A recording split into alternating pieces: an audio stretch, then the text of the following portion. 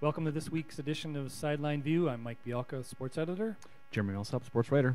And Jeremy, I understand we have a winner for this week's contest on our autograph picture. So if you want to go ahead and name her. And yeah, Sarah, congratulations. You and I will be having a romantic dinner at Bar Harbor.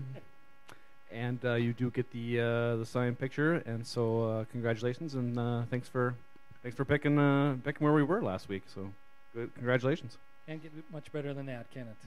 Let's transition over to Pequot Lakes girls basketball. You covered them down at the state tournament, their first two games. They had a great opening game against Zambroda Mazeppa. Did you ever find out where that is located? I did. It's right. It's south, southern Minnesota. I was correct. It's south. It's south. I'll just say south. It's good enough. Yeah, that was a very good game by Pequot Lakes, especially by the whole team, because Maddie Lewick got into foul trouble right away. 3 fouls in the first half, and then the rest of the team just kind of rallied around amongst themselves and kept the lead in the first half, and then Lewick came back and sealed the deal for them. The state semifinal game against Providence Academy, that was a rough one. Providence Academy is a very good team. All 5 of their starters were studettes, if you will. They were a good team. They went on to win the state title, so that was a tough loss. But yeah, it was. They went farther than they did last year, and I think last year's team, not too many people would argue that last year's team would probably beat this year's team, but they went farther this year, so congrats to them. Right, more credit to them, obviously. Another thing to touch on here this week, the floor hockey team from Brainerd went down. They finished 5th, won the Consolation Championship. I know they lost their first game to South Suburban, and then came back. Devin Annable had a fantastic tournament, 8 goals in 3 games, and made the all-tournament team, so good job in first year for first-year head coach Todd Person. So great way to finish their year, and they've been in the state tournament every year. They've been a varsity program, so hats off to them. Next thing I know, you were talking yesterday to Coach Russell from CLC, and I'm glad we got this explained. I've never seen where you lose your first game and you can come back and finish 4th. Typically, in most tournaments, you lose your first game. The best you can do is 5th. But you know how I have the official explanation, so take it away. According to Coach Jim Russell, I got this yesterday as he was driving to the state high school boys basketball tournament.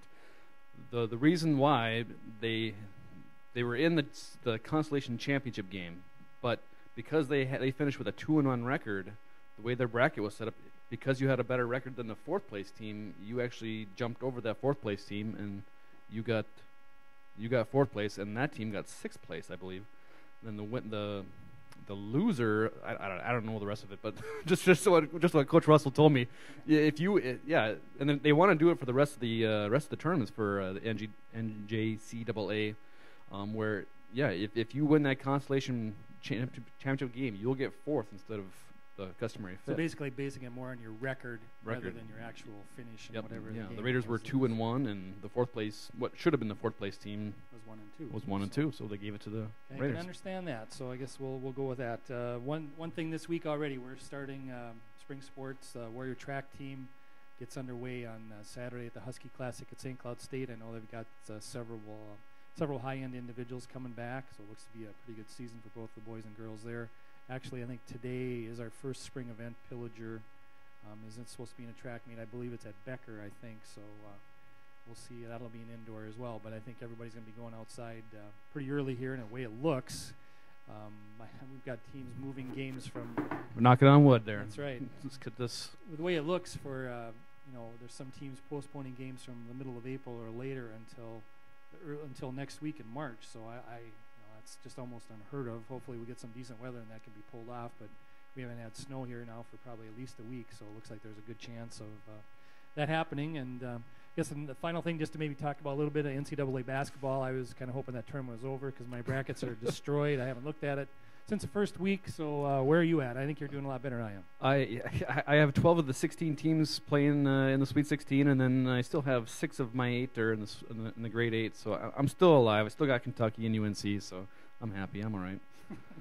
And I guess we have a contest this week maybe too. You want to let the viewers in on that? Yeah, we always love some feedback. So whoever has the best tweet or best email to us will get a signed, used, autographed golf ball. Yeah, that's what I have for you.